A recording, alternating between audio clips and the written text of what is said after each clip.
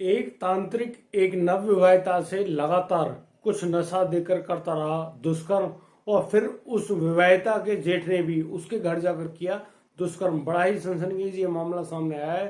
जी हाँ दोस्तों, मैं भीषम प्रकाश आपका स्वागत करता हूँ बीबी थॉट्स में।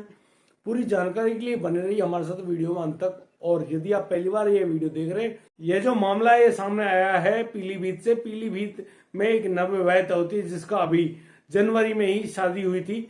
उनके पति दिल्ली में काम करते हैं, यानी कि वे मजदूर वर्ग के प्राणी हैं और वो अपना कार्य मजदूर करके ही अपना पेट भरते हैं। जब उनकी जो पत्नी है, सुरेश कुमार की जो पत्नी है, जिनका नाम बताया जा रहा है बबली, बबली की जो तबीयत है वो अचानक बहुत ज्यादा बिगड़ जाती है। उसी तबीयत बिगड़ने के हिसाब से जब उसका परिवार उसका चेक कराने के लिए जाते हैं तो हॉस्पिटल में कोई भी बीमारी उसके शरीर में नहीं पाया जाता है। और उसके बाद जब कोई बीमारी नहीं मिलती है तो उसको एक तांत्रिक को बुलाया जाता है उसके घर में। जब यह तांत्रिक यह पता करने के लिए उसके पास जाता है तो उसके कमरे में अपने आप को और उस महिला को बंद कर लेता है। नवविवाहिता को बंद करने के बाद फिर वह कुछ पदार्थ ऐसा होता है जिसके सूंघने से थोड़ा सा धुआं सा हो जाता है कमरे के अंदर, और उसको जैसे ही वो सूंघती है तो वो बेहोश हो जाती है। और फिर वही तांत्रिक उस महिला की बेहोशी का फायदा उठाकर उसके साथ दुष्कर्म करता है। दुष्कर्म करने के करीब 25 मिनट बाद वह उस कमरे से बाहर निकलता है तो जो उनके जो वह महिला है वह अपने कपड़ों को ठीक करते हुए वहां से बाहर निकल रही होती है।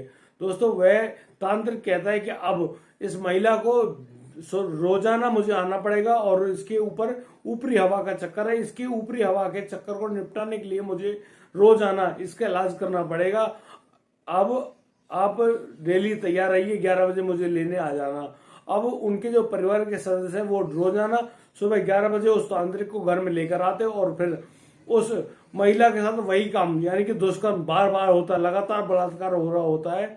और मैं आपको बता दूं कि जो विवाहिता होती है, विवाहिता का पति मजदूरी करने के लिए दिल्ली आया हुआ था, यानी कि दिल्ली में ही वह मजदूरी करता है, वह घर पर नहीं था। तो उसके घर में जेठ, सास ससुर और वह तांत्रिक ही होता है। दोस्तों, यहाँ पर जब वह विवाहिता अपनी तबीयत खराब होने का बताती है तो उसके परिवार यानी कि मायके वाले उसको मायके ले जाते हैं। दोस्तों, उस महिला का जो जेठ होता है वह भी उसी मायके में पहुंच जाता है 2 दिन बाद और उनसे कहता है कि इसके लिए इलाज की बहुत जरूरत है, यानी कि इसको एक अच्छा इलाज मिलना चाहिए, तभी जाके इसके ऊपर का जो ऊपरी साया है ये हट पाएगा। इसको तांत्रिक ने बुलाया है। जब वह जाता है उस मायके में तो उस महिला से कहता है कि तुम चलो और तुम्हें ससुराल जाना होगा, वहां पे तांत्रिक तुम्हारा इंतजार कर रहा है। लेकिन वह महिला वहां जाने के लिए मना कर देती है। तो दोस्तों, वह जो जेठ होता है उस महिला का, वह उनका जब उसकी माँ घर पे नहीं होती यानी वो बाजार गई होती है तो इसी बात का फायदा उठाकर वह जेठ ही उसके साथ वही दुष्कर्म वाला मामला यहाँ पर दोहराता है और उस महिला के साथ बलात्कार करता है। यह दोस्तों, वह जेठ भी उस महिला के साथ बलात्कार करता है।